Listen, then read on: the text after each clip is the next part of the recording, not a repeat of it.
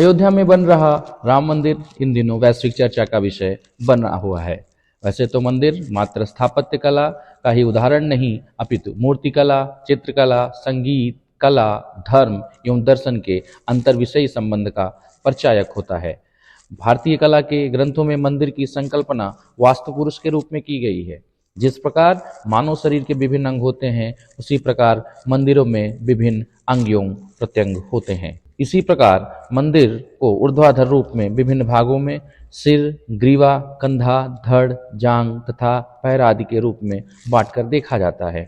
आदि पुरुष रूपी इसी इमारत के गर्भगृह में देवता मूर्त रूप में प्राण प्रतिष्ठित किए जाते हैं। ऐसा माना जाता है गर्भगृह से ही विभिन्न दिशाओं में दैवीय शक्ति विस्तृत होती है और मंदिर धरातल से आकाश की ओर गति के परिचायक होते हैं। राम मंदिर के स्थापत्य कला की बात करें तो राम मंदिर पूर्व से पश्चिम की लंबाई 380 फीट और चौड़ाई 250 फीट है तथा इसकी ऊंचाई 161 फीट रखी गई है। यह मंदिर 3 मंजिला इमारत है और प्रत्येक तल को 20 फीट ऊंचा बनाया गया है। इस मंदिर में कुल 332 पिलर और 44 दरवाजे हैं। मंदिर में कुल 5 मंडप बनाए गए हैं: नृत्य मंडप, रंग मंडप, सभा मंडप, प्रार्थना मंडप और कीर्ति मंडप। मंदिर का मुख्य द्वार पूर्व की ओर है, जिसे सिंह द्वार के नाम से जाना जाएगा। इसमें कुल 32 सीढ़ियां हैं। साथ ही 732 मीटर लंबी और 14 फीट ऊंची दीवारों से मंदिर का चतुर्भुजाकार प्रांगण तैयार किया जा रहा है और चारों कोनों पर 4 मंदिर स्थापित किए जाएंगे। एक भगवान सूर्य को, दूसरा माँ भगवती को, तीसरा गणेश जी को और चौथा शिव को समर्पित होगा। वहीं मंदिर के उत्तरी तरफ मां अन्नपूर्णा का मंदिर और दक्षिणी तरफ हनुमान जी का मंदिर स्थापित किया जा रहा है। साथ ही मंदिर परिसर में ऋषियों को समर्पित मंदिर भी प्रस्तावित हैं, जिसमें महर्षि वाल्मीकि, ऋषि वशिष्ठ, ऋषि विश्वामित्र, ऋषि अगस्त्य एवं राजा निषाद के साथ माता सबरी और अहिल्या की मूर्ति भी शामिल है। यदि मंदिर में लगी निर्माण सामग्री को देखें तो मंदिर में कहीं भी लोहे का प्रयोग नहीं किया जा रहा है। साथ ही जमीन के ऊपर कहीं भी कंक्रीट का प्रयोग नहीं हुआ है। हाँ, जमीन के भीतर जरूर आरसीसी की कृत्रिम चट्टान बनाई गई है, मंदिर को आधार प्रदान करेगी।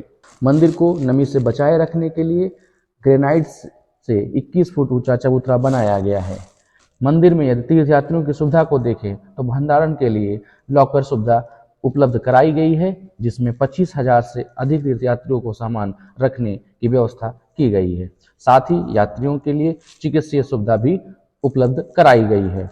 मंदिर पूरी तरह से भारतीय परंपरा और एवं स्वदेशी तकनीकों के उपयोग से पर्यावरण जल संरक्षण पर विशेष जोर दिया गया है, जिससे मंदिर प्रांगण हरा भरा रहेगा। राम मंदिर की शैली की बात करें तो ये नागर शैली में निर्मित किया जा रहा है। वैसे तो नागर शैली में बने मंदिरों का विस्तार हिमालय से लेकर विंध्य पर्वत तक देखा जाता है। इस शैली में बने मंदिर को मुख्यतः 8 भागों में बांटकर देखा जाता है।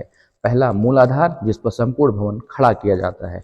दूसरा है मसूरक, जिसमें नींव और दीवारों के बीच का भाग शामिल होता है। तीसरा जंघा, जिसमें दीवारें शामिल होती हैं, विशेषकर गर्भगृह की दीवारें।